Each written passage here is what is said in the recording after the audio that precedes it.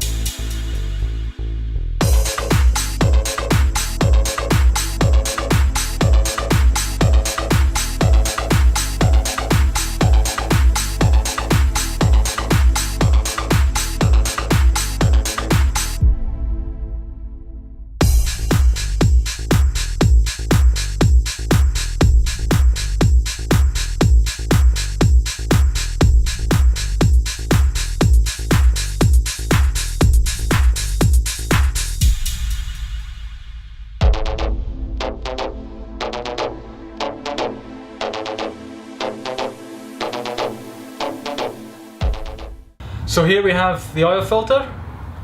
It cut really, really well. Take a look at that. Now one side stayed together better than the other. This one kind of fell apart. So the way an oil filter works, I believe, is either the oil comes in here, filters through and comes out here, or more likely it comes in through these holes, comes round the outside of this sort of paper or whatever it is, yeah, the filter. I think it's paper. So it comes in round the outside of there, squeezes through this, any particles of dirt come off, and then comes out here and then gets pushed up through there, I think. But so you can see we've got a rubber gasket there, a rubber gasket in there, sort of to help seal the oil.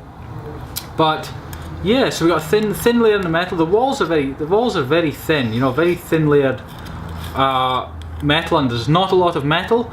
But I think because of the shape of it and how it's formed, the metal of this can be, you know, the walls of it can be very, very thin, but because it's circular and sealed, it's actually extremely strong. So here's the other bit. So this is what the filter looks like. It kind of looks like an air filter in a car, but obviously it's for oil. So that's it, that's the inside of it there. Nothing too exciting, just simple. So cutting that filter in half was a little bit more interesting than I thought it would be. I thought it would just be paper, metal, but you know, you got a couple of rubber gaskets. You can see the sort of how similar the paper in that oil filter is to like an air filter in a car, that kind of thing. But yeah, very interesting cut for sure.